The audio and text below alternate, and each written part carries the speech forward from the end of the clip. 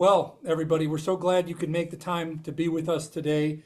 My friend and colleague, Dr. Dan Anderson, has organized this series. He is, I don't even remember where he is, but he is out and about and with an internet connection that maybe just isn't working that well. So I'm Raj Raman. I'm part of this project, and I have the pleasure of hosting today. You know, the series is called Unlocking the Potential of PGCs in Corn and Soybean Production Systems. And you may know that this is the third day in a series of 5. And you can find those other, if you missed the other sessions, which were last week and 2 weeks ago, they are available at a website at a link that Melissa will remind us about at the end, okay? So today we are focusing on on characteristics and trade-offs of these ground covers themselves. I'm going to say a few words before letting the real experts address us. One of the things that we've come to appreciate in this project over the last couple of years, and it's something that maybe we knew, but we didn't think about just how absolutely central this is to understanding the systems, is that the perennial ground cover intensity matters. And an oversimplified diagram that I've made to sort of talk about this or think my way through this is shown here. Let's see if I can work my highlighter. So on the horizontal axis, I've got the perennial ground cover intensity. You know, what do I mean by intensity? Well, how thick and green and lush it is. We'll talk about why this is an oversimplification, but let's pretend that it's that, okay? And then on the vertical axis, we've got actually two things. In red, we're going to call that weed suppression, or maybe more broadly, ecosystem services, okay? And there's some threshold value of weed suppression and ecosystem services that we want to get from these systems, okay? And I would argue that the thicker, more intense that perennial ground cover is, the more of those services we get, right? If it's too low, if we're down here, you're not getting much. Once we get to some kind of a threshold out here, we're getting a really good degree of ecosystem services. So that's the good thing about intensity. And the not so good thing about intensity is that we can also, on a second vertical axis, think about the row crop yield, which is so absolutely crucial to maintaining if people are going to actually do this system. And the row crop yield, from the data that we've seen over time, does something like this. When you have very low intensity perennial ground cover, it's not much affected. At some point, that perennial ground cover intensity gets sufficiently high that you really start to impact row crop yield. I think, in fact, Patrick today and maybe some others will show some data along these lines, but this is well established. If you plant your corn into a thick mat, you know, of 12-inch high stand of Kentucky bluegrass, you're going to have a yield loss. Yeah. In a way, I think of our project's vision is related to believing that there's a sweet spot somewhere in here where you're getting sufficient ecosystem service and you're not particularly hurting row crop yield. And we've seen that we can operate that way, but we've also seen that we can't do it as reliably as we'd like. And a lot of the great research being done by people you're going to hear from today is related to making that happen. So Dr. SHUIZHANG Fei will be our first speaker, and he's going to discuss choices in screening for perennial ground cover in corn and soybean production systems. Following him will be Patrick Galland, who will discuss his work with unsuppressed perennial ground covers in corn production. I've got an extra word in here for some reason. Jack MORAN will follow, talking about approaches to establishing perennial ground covers, because, you know, if you don't establish, you're going to have a very poor ground cover intensity. You're going to be on the left-hand side of that graph I drew for you, and you're not going to get the benefits. And Dr. Brandon SCHLAUTMAN, who is going to discuss his experiences partnering with farms using perennial ground cover in corn and soybean production systems. So big thanks to all of them. That's all I had. And we're going to stop the share that I'm doing, and we're going to turn to Dr. Fei. Hey, let me just turn on my share here. And while Dr. Fay is turning that on, I'll add one thing before muting myself. If you have questions as Dr. Fay or any of us present, please feel free to chat. And at a point where it makes sense to break in, I'll flag Dr. Fay or whoever our speaker is, and we'll try to take your question. It's yours, Dr. Fay. All right. Well, thank you, Raj. Can anyone hear see the slides here? Yes, we can. Excellent. Okay. So to those of you who don't know me, I am a faculty member in the horticulture department, and my specialty is on grass genetics and breeding. So about 10 or so years ago, my good friends and colleague in agronomy, Dr. Ken Moore, who at the time was working on, started working on perennial ground cover, and she had the concept and started some work, and he and his students, and some of his students were taking my classes. We got involved, and I just wanted to give you a little bit of background about how we came to this point. And all right, so um, here's the outline of my talk. It's going to be very brief because I need to really give way to those who are working on the specifics. So the first thing is why perennial ground cover, and what does the PGC-based cropping system look like, and why we choose cool season grass as perennial ground cover. And I'm sure you're going to hear Dr. Brandon SCHLAUTMAN's work with legumes as well. And we certainly, we don't really against one another. It's always, as Raj was talking about, it's the balance, the trade-off, and which grasses or legumes is going to suit to a particular region. That all needs to be determined by experimental approach. So, and also what species stands out so far, and what traits are targeted for genetic improvement.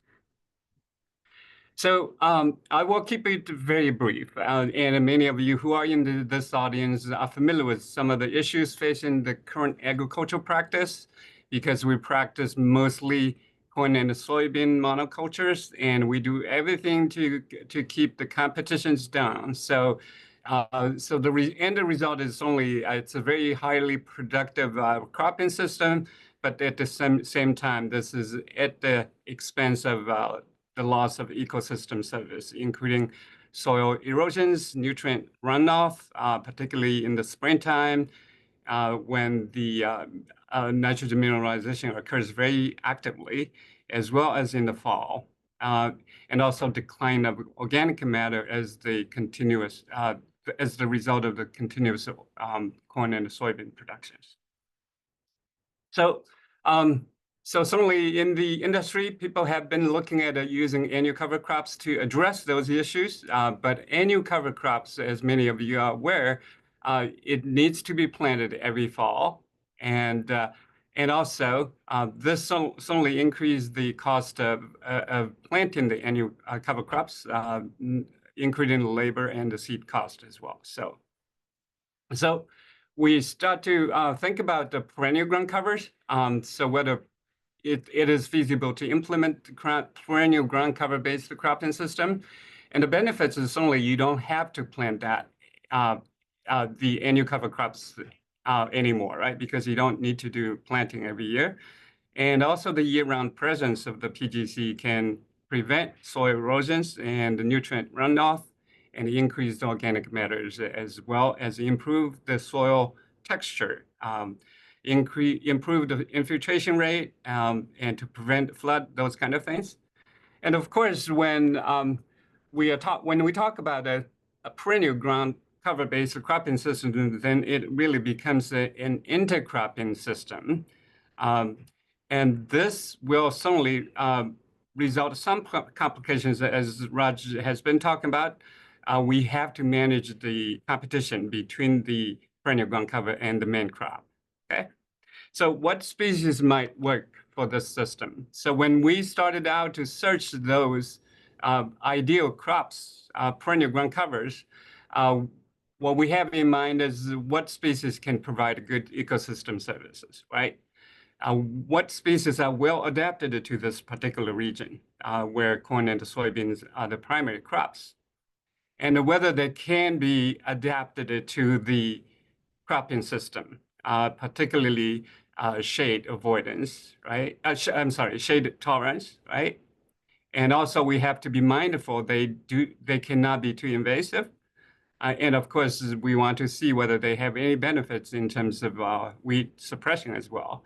So we thought about whether cool season grasses is going to fit our needs or fit the bills in this case, right? So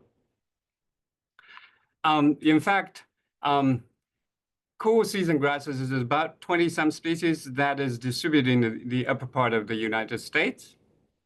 And it's well adapted to this region. As we look at those as a group, there are two features stands out that we think might work, make them a good choice for perennial ground cover. One of them is cool season grasses prefer cool, moist climate, while maize and to a lesser degree soybeans also thrives in warm conditions. And that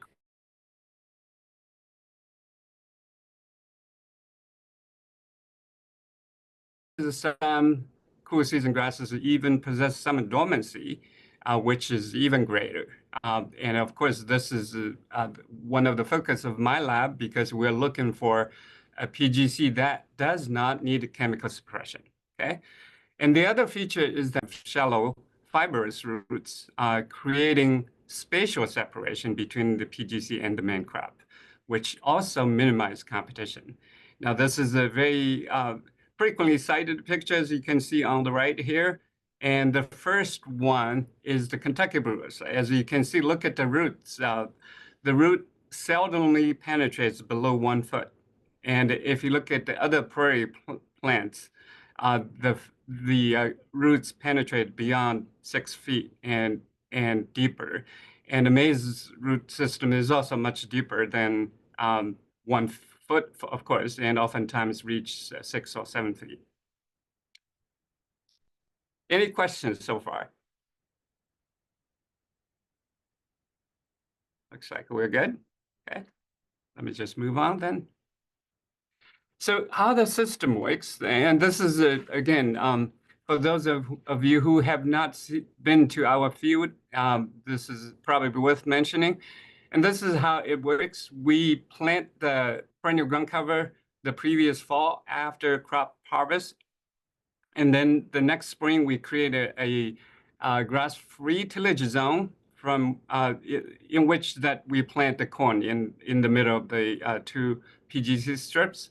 And this is how they look like in the summer, and this is how they look like in the fall, okay?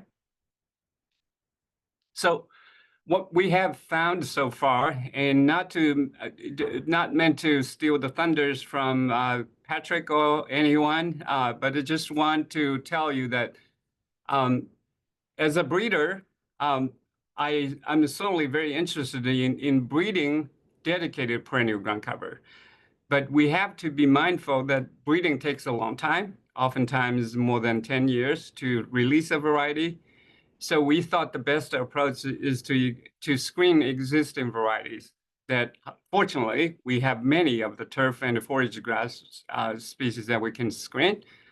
And so far from the field screening studies, we have identified 3 species that stand out. The first one is Kentucky grass, and this is mostly done by Dr. Ken Moore's group. And the Kentucky grass is a common species that used as forage and turf. Many of the home lawns are planted to Kentucky bluegrass.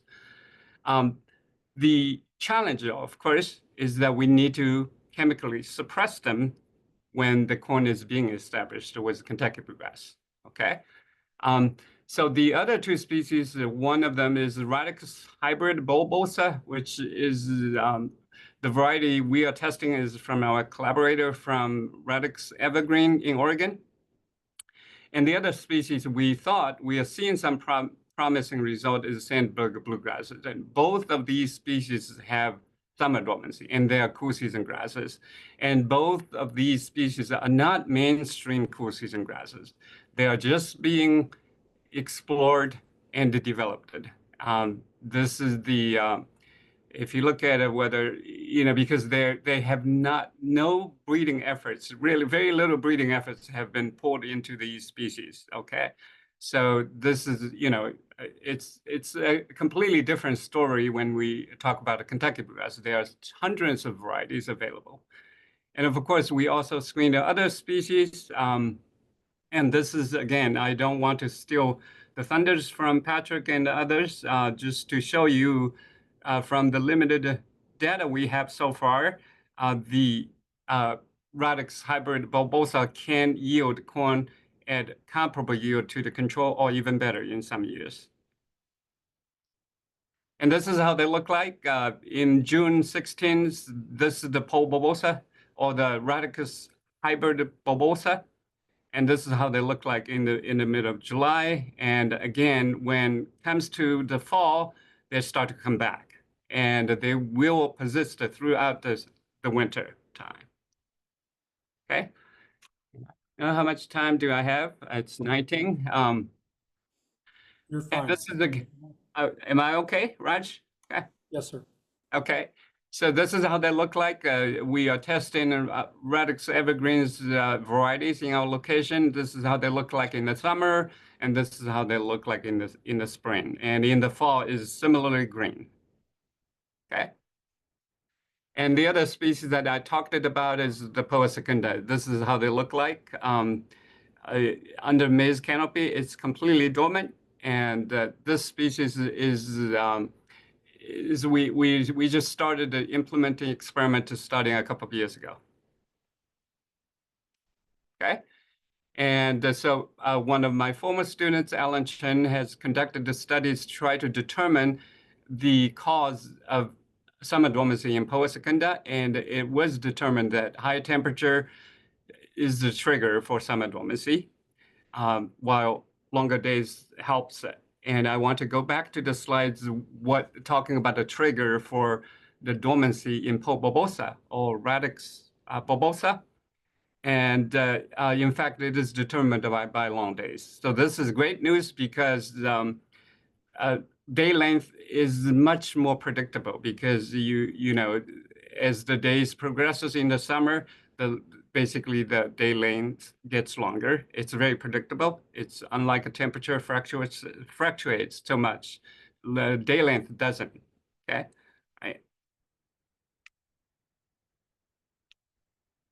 All right. So I guess I just want to conclude in my presentation by just going through a summary here.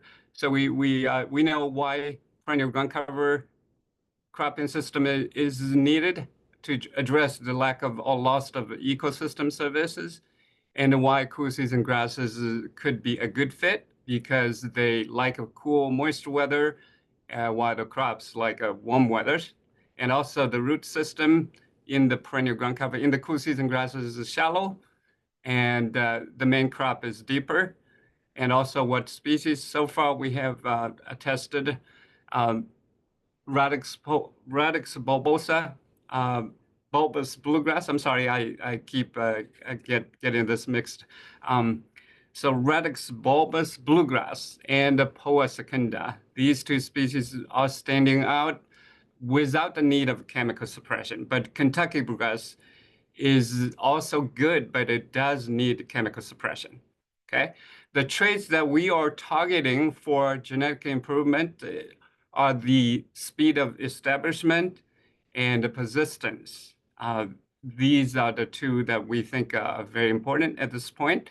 And of course, the long-term goal is to develop a dedicated perennial ground cover. At this time, we are screening existing varieties, but in the future, we are looking at developing dedicated species and varieties.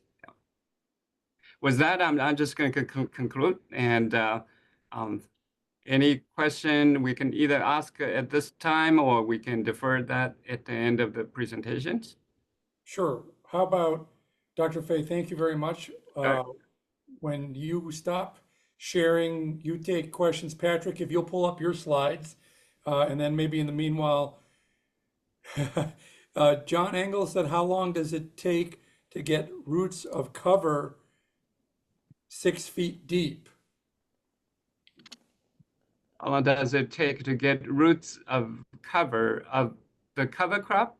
Oh, Yeah, not sure. yeah, that's the way I read that question. In fact, depending on species, of course, whether, for example, Kentucky bluegrass seldomly goes beyond 1 foot. So it's a species specific trait. They are just shallow rooted. But there are some species like a tall fescue,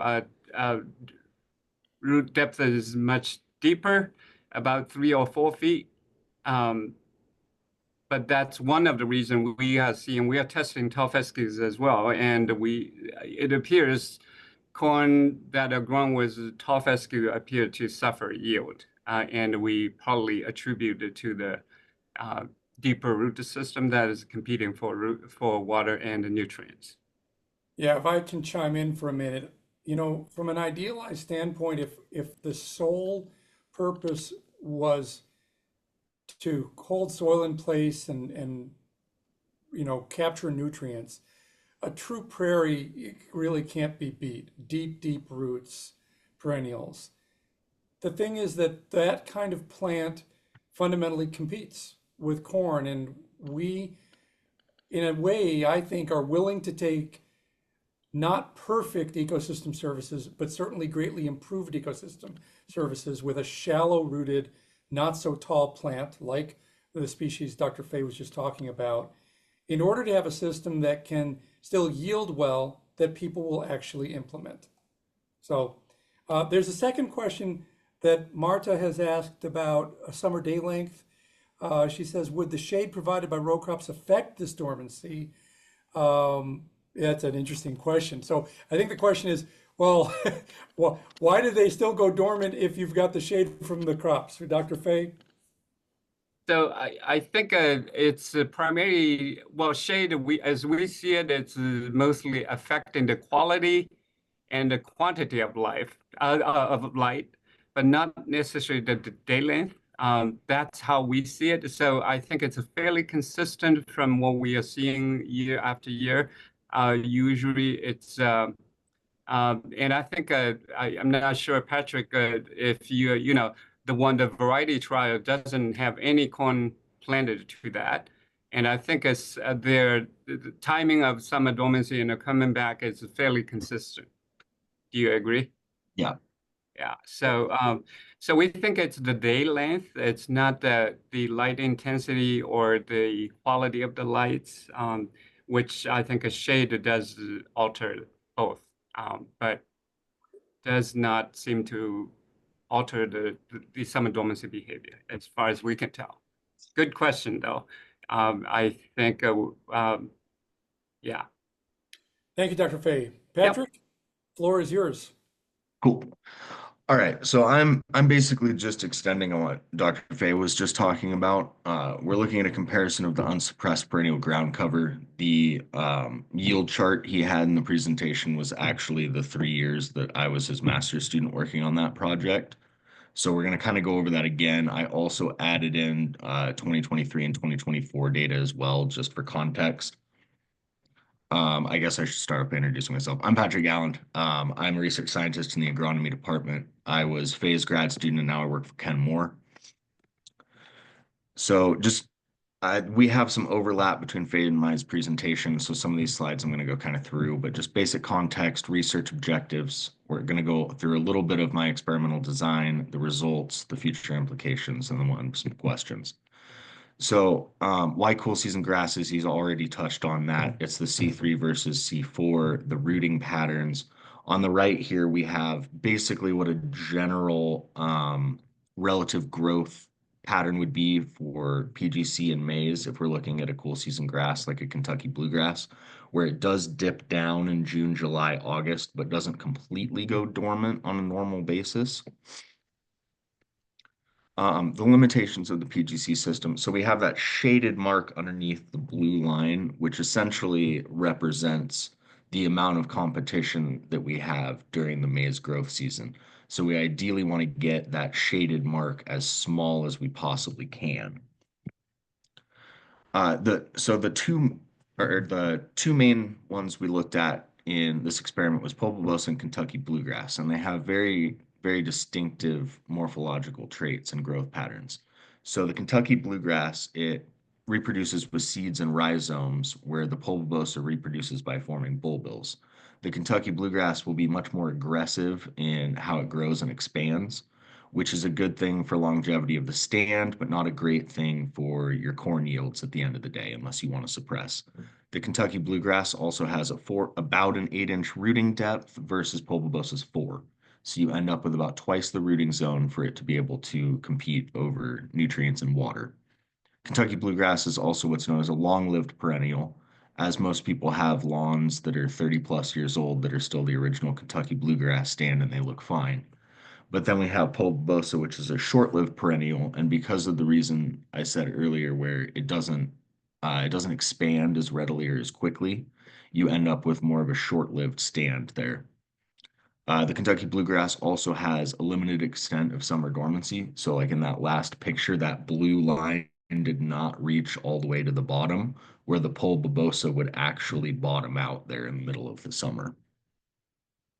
So our main objectives were the reason we didn't suppress is because we wanted to look at the compatibility of cultivars of Kentucky bluegrass and Pulpobosa, just completely unmodified in how they do things. We looked at the soil, water, and nutrient dynamics within each species, hoping to figure out which one of these triggers was the main reason for our yield drag. Our experimental design, we had 11 treatments and a no-cover control. The no-cover control is meant to emulate what a normal cropping system would be. 1 Pulpobosa, and then we had 10 the Kentucky bluegrass cultivars, of which we picked 4 for in-depth analysis. So our soil sampling methodology was both split spatially and temporally. We wanted to look at the progress throughout the year, as well as different locations in the soil profile to see what was affecting what in general. So starting off with the PGC measurements, here on the left, you can look at the estimated coverage, and the Pulpobosa is completely dormant until later in the fall when the corn is already pretty much done doing its thing, which is ideal compared to when you look at the Kentucky bluegrasses. They're kind of just hanging out, doing their thing for most of the year. On the right, we have the average greenness, which is just another metric we like to look at for how the stand is looking. And as you can see, the Pulpobosa goes dormant around June 13th and came back sometime in August. While the Kentucky bluegrasses all did have a dip in greenness, that wasn't until mid-August, early August, July, somewhere in there. So at that point, most of the competition had already been done. So for here, I'm not going to go over every single nitty-gritty detail, but just the basics to just snapshots to tell my story the best we can. So when we look at gravimetric water content during peak maize growth, if you look over here at the 0 to 15 line, IR represents in row and UPGC represents under PGC. So if you look specifically at the V6 0 to 15, there is a large discrepancy between your Kentucky bluegrass soil moisture content in the row and under the PGC. So that's making a strong case that at least in the 0 to 15 centimeter range, that unsuppressed Kentucky bluegrass is doing a lot of water withdrawal from the system. Here we have our overall average soil nitrogen concentration. So as you can see, and as you would expect, the control would be the highest because there isn't a second species in there competing for that nitrogen. But the part I found interesting was by the time we hit V6, the Pulpobosa was actually one of the lowest on the nitrogen, which leads me to believe that if water was lacking, but nitrogen wasn't really lacking, then we have a strong indicator that soil moisture was the driver behind our loss of yield. Another interesting, this one is a little more difficult to find a practical use for, but I did find this to be an interesting observation. So here within the 0 to 15, especially in the V6 range, if you look in row, our phosphorus concentrations are significantly lower than they are under the PGC, especially in the Kentucky bluegrass systems, which, since Kentucky bluegrass is such a solid phosphorus miner, you would assume that they would have the lower concentration underneath the perennial ground cover, but they actually increased your available phosphate. So that's kind of an interesting observation that we saw in multiple years. How you're gonna, um, figure out a useful use for that is another story. But we thought it was interesting that it went against our expectation of phosphorus availability. So here's our grain yield for 2020 all the way through 2024. As you can see, the control and the RHB are in almost every instance statistically higher, or at the very least higher than all of the other treatments. 2022 was kind of a weird year where there were no statistical differences between any of the treatments. We ended up with a lot of rain a couple weeks after we applied our nitrogen fertilizer, which showed up in the nitrogen tests that it had basically flushed all of our nitrogen from the soil profile. So completely leveled the playing field for the most part. Everybody had enough water. Nobody had any access to nitrogen, so yields were lower and fairly stable. But when you look at all of the other years, our control and our RHB are significantly higher than every other treatment, which really this is the bread and butter of what we're doing here. We can't get anything done without the yields being comparable. And this is a pretty good indication that this is a route we should at least be concerned with. So conclusions, the interplanting maize with summer-dormant Pomebosa can achieve yields comparable to conventionally grown maize.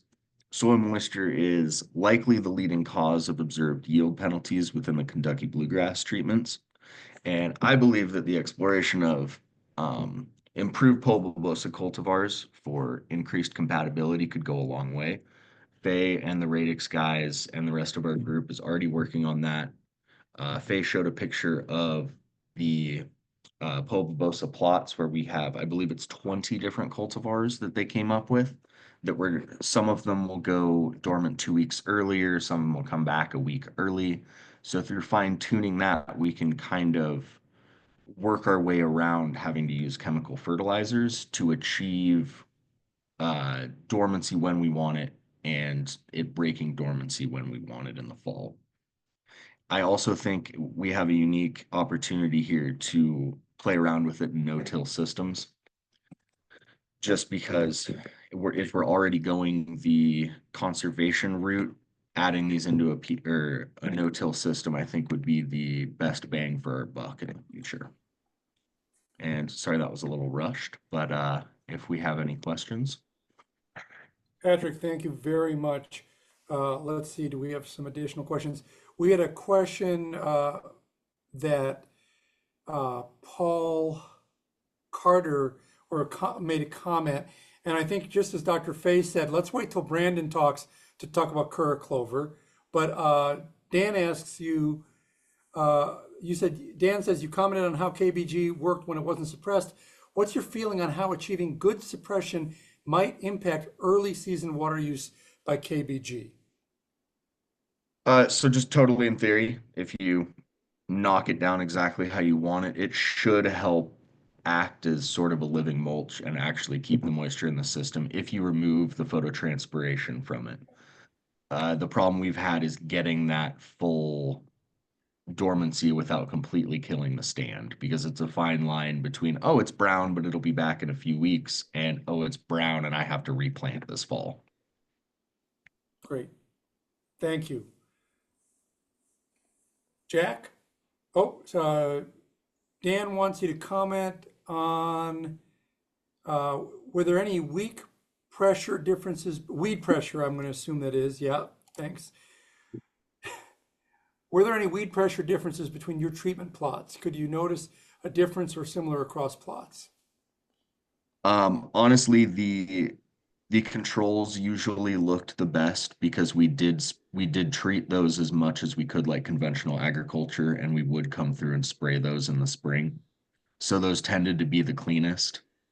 The Kentucky bluegrass did a little bit better. I mean, this is all anecdotal. I didn't actually take any data on weed suppression, but just from years working in this field, I would say the Kentucky bluegrass does a better job with weed suppression, but that's honestly just because it's a weed in itself and it's so good at out competing other things that that's a main reason why it hurts the corn yield. Patrick, thank you. Let's go ahead and hear from Jack.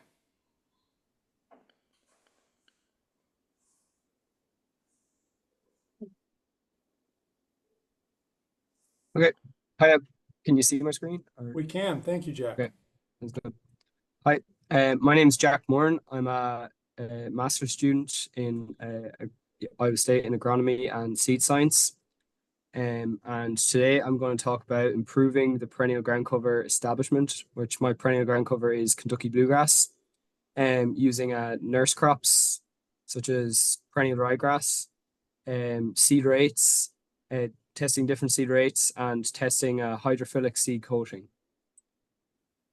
So first of all, when I asked Roger Hintz, who's our research scientist, about his tips for improving perennial ground cover, he gave me the 4 R's, which I thought was a good way of like looking at it. So to improve the Kentucky bluegrass establishment, we're looking at first the right source. So choosing a persistent variety or a species that will establish quickly. It needs to have we need to have a species that won't interfere with the row crop. Then the next one is the right rate.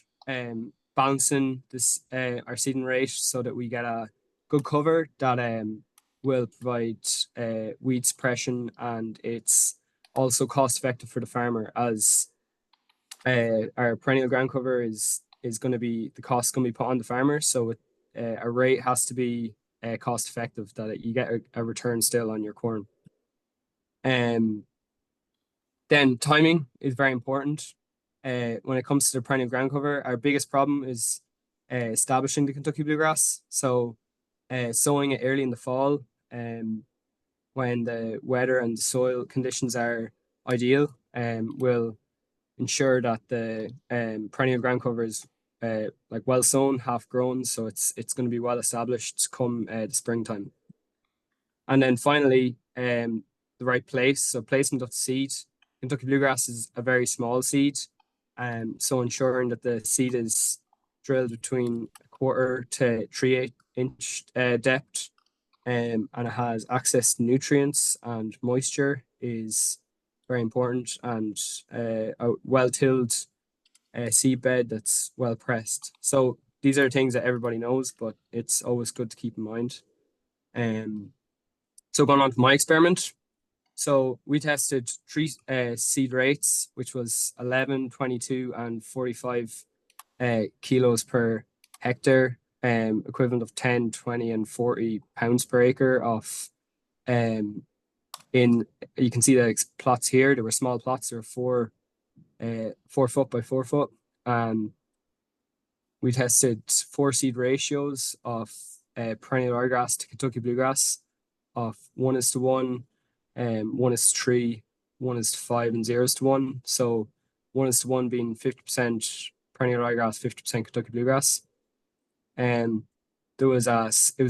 had a split plot where we treated the Kentucky bluegrass seed, just the Kentucky bluegrass seed, with lime, a seed coating of lime and hydrophilic polymer.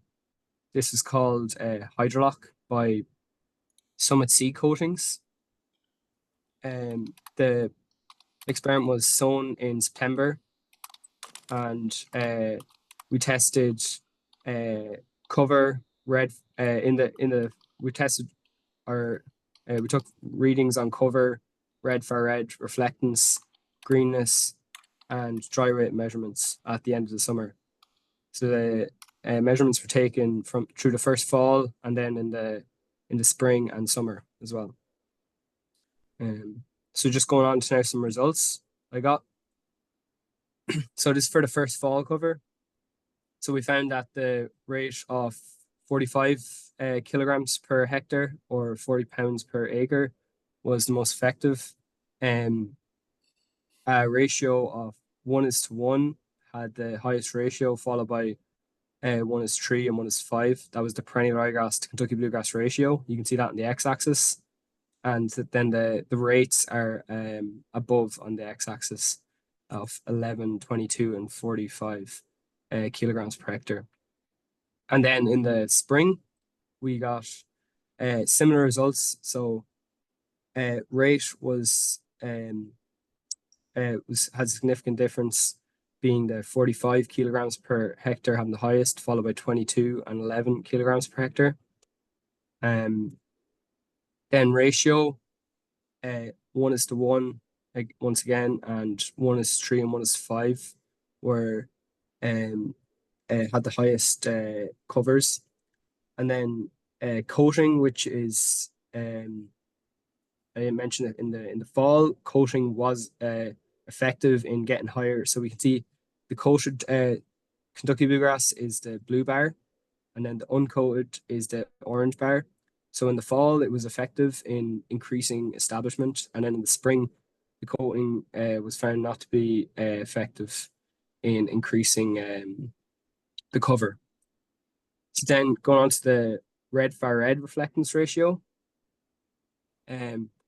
we found that similar results. So the red far red is the amount of far red light being reflected from the leaf. So a lower ratio means you've got a higher cover. So here you can see that the 45 kilos per hectare had the lowest ratios, and we got similar results to the cover, which is, I suppose, proves the visual cover rating was correct. And yeah, so I'll move on to the grass dry weight. So this was taken at the end of the experiment, and it was found that the rates of 11, 22, and 45 kilos per hectare, there was no difference. So each seeding rate was had similar results.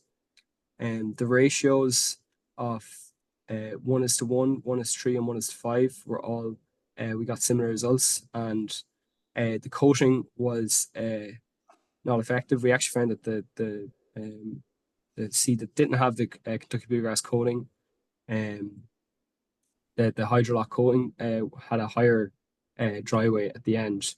Maybe due to the fact that the seed that did have the Kentucky bluegrass coating had a higher growth of Kentucky bluegrass and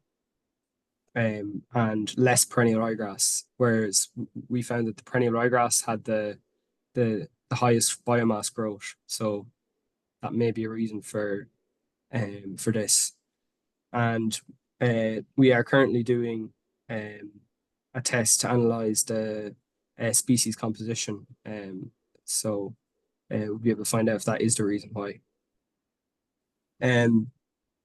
Yeah, so some key takeaways from this experiment. So the coating did improve the fall establishment, but not the dry weight.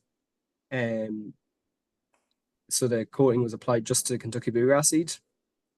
Then the ratio of perennial ryegrass to Kentucky bluegrass of 1:1, 1:3, and 1:5 all gave similar results. So this shows that it's essential to have if you're sowing Kentucky bluegrass perennial ground cover, you need perennial ryegrass in the mix to get establishment, with the idea that the perennial ryegrass will, after a few years, die off as it's not as persistent in Iowa or Midwest climate, whereas the Kentucky bluegrass would be more persistent, but maybe a little slower to establish.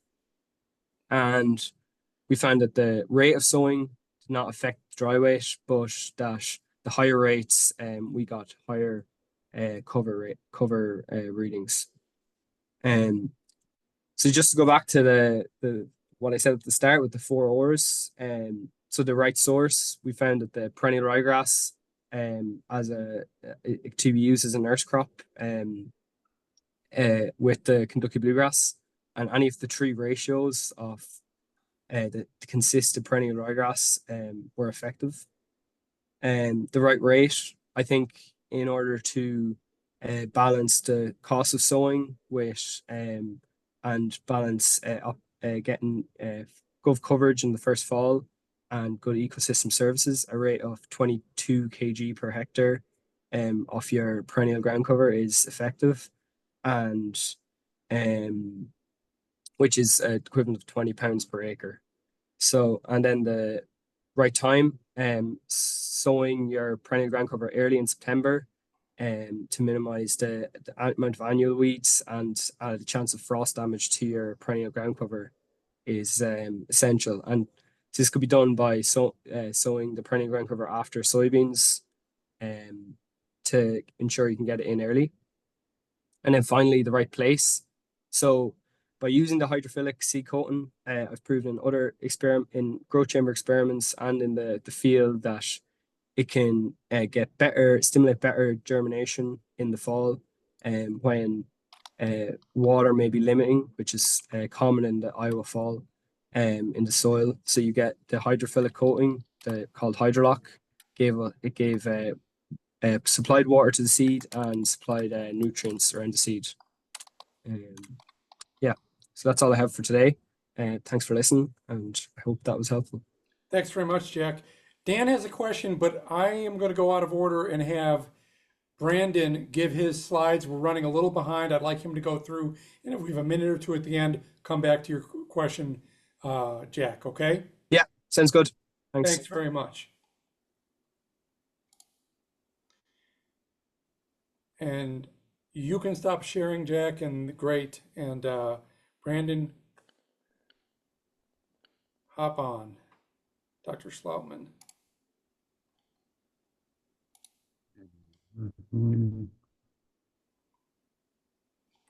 Sorry, 1 second. Okay.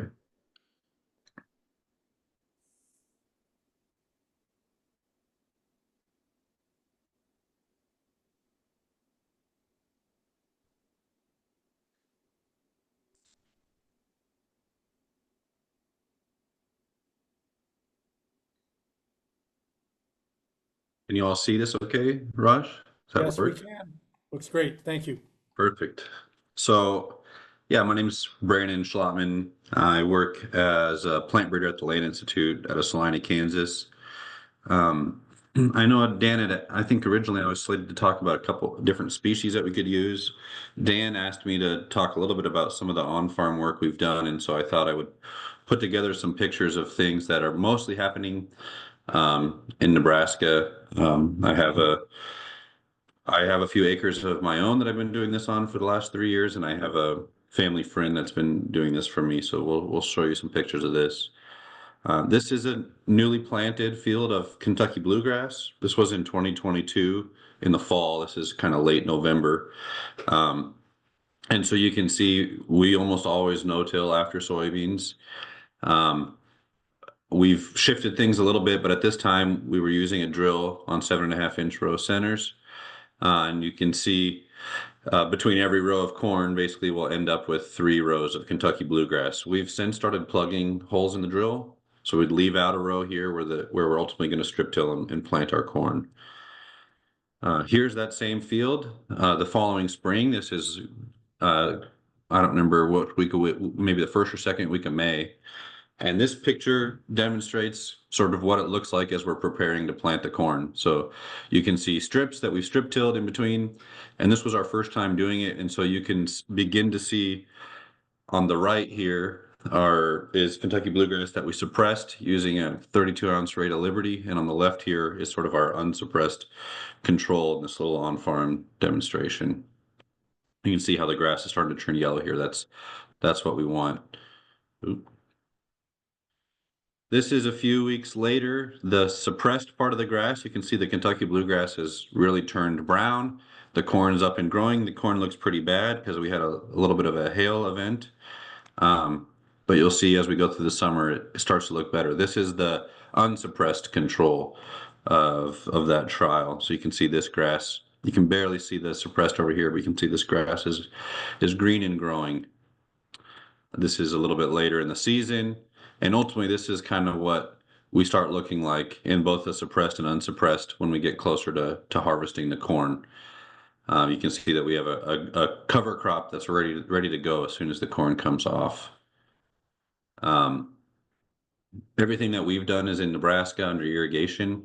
We've seen some of the challenges that are facing Iowa. We haven't had to experience the same way. We have irrigation that we can use in the fall to get the grass growing. And then also during the growing season, we're monitoring sort of soil water content, and we're putting down irrigation water that should minimize any sort of water competition that the grass has with the corn. And so we've had really good yields that are within 5 or 10 bushels always of our normal conventional controls. This field, even with the hail that year, did 245 the first year and has been over 240 for 3 years in a row, bushels per acre. And then I'm going to talk a little bit about some on-farm trials with the Radix hybrid bulbosa. There's a couple different cultivars. This is their 307 cultivar. This is what it looks like kind of over the winter of the first growing season. We no-tilled this into soybeans as well in the fall. These pictures look like after the first season, so kind of coming back, and then this was this spring, the growth here. This is on a smaller field that was planted in 2023 in the fall. No, 2022 in the fall. So we've had two crop years on this field. This was a picture of the spring of our first year of the 307 on about 40 acres. This is early in May, and so you can see there's a lot of growth out here, doing the things that we want cover crops to do. It's maybe not gone dormant quite as soon as we want in the growing season, but we had a really wet spring this year, and we see this happen somewhat often with our first year establishment, both of the Kentucky bluegrass and the Radix bulbosa, that it takes them a little bit longer to reach their sort of physiological maturity where they're putting on seed heads. Now, one of the things with the bulbosa is that even though it can naturally go dormant on its own, we still think it's pretty important to try to suppress it. And so this was a little study that we did. We did basically a sprayer passes here where we used Liberty to suppress the bulbosa at the time of planting the corn, and so you can see strips of sprayed and unsprayed bulbosa here. And here's about a week later, so you can see the corn's peeking up right here, and where we didn't put that Liberty down, you can see there's still a lot of green. There's a lot of competition out here. So it's something that we're still trying to figure out how to get there. And we have another study that I didn't show you here, but for what we all know about Liberty, it's finicky, right? We got to have the right temperature and humidity and sunlight conditions. And so finding the right time, taking the time to get the sprayer over there at the right time is kind of tough in spring planting season. And so we've started experimenting with putting down liquid UAN with thiazole on it, which we think is an opportunity to burn it and force it into dormancy a little bit earlier, in a way that's maybe not as dependent on the right humidity and temperature conditions. This is what the bulbosa looks like late in the summer. This is in late August. You can see up here there's a little bit of grass just starting to green up, but in general this is sort of the residue from the dormant bulbosa. We've got a little disease on the leaves. This is a 11-acre field that I have that we grew some food grade non-GMO blue corn, and so it struggles a little bit more than our regular corn does. But in general, this is a non-GMO field. We had only a pre-herbicide pass. We didn't use a post-herbicide pass, and there's very few weeds here. Also, field that I was showing you, we grew non-GMO food grade white corn there. So almost really everything that we've ever done in Nebraska has been with non-GMO corn. So we haven't really put Liberty over the top of corn growing in the season in our studies.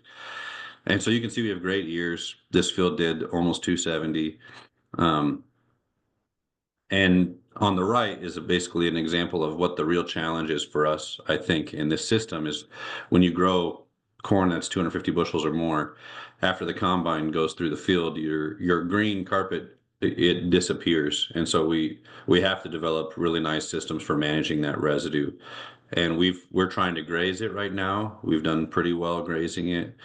I like the ideal of baling the stover maybe to remove it and get all, but I don't think there's enough market for stover in our county to really imagine doing that at a large scale. Here's a couple pictures of us trying out soybeans with Kentucky bluegrass and the RHB. Soybeans seem to be less having less of a negative response to being around green growing grass as corn does. Corn seems really finicky. And then this is an example. This is a field I've been playing with. This is white clover. It's a 2-year-old field, and you can see, and it's hard to see in this picture, but you can see that we're starting to get winter annual broadleaf weeds that are showing up. We're losing chunks of the field where the clover is not as persistent. And it's a challenge to manage compared to the grass. And the main challenge is that, we're pretty dependent on broadleaf herbicides to control palmer and other weed species that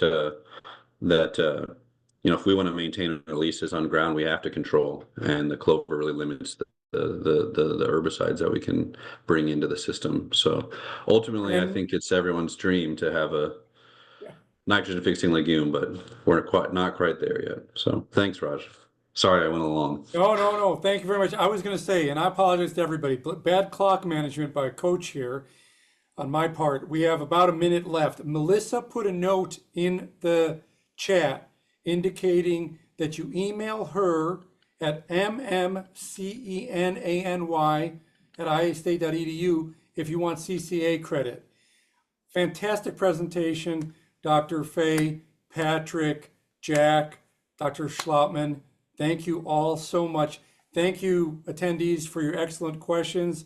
Brandon just answered Brent's question. We're going to end on time because we have to, but we hope to see you here next week, and we'll continue the conversations about perennial ground cover and ways to make it work. Take care, everybody.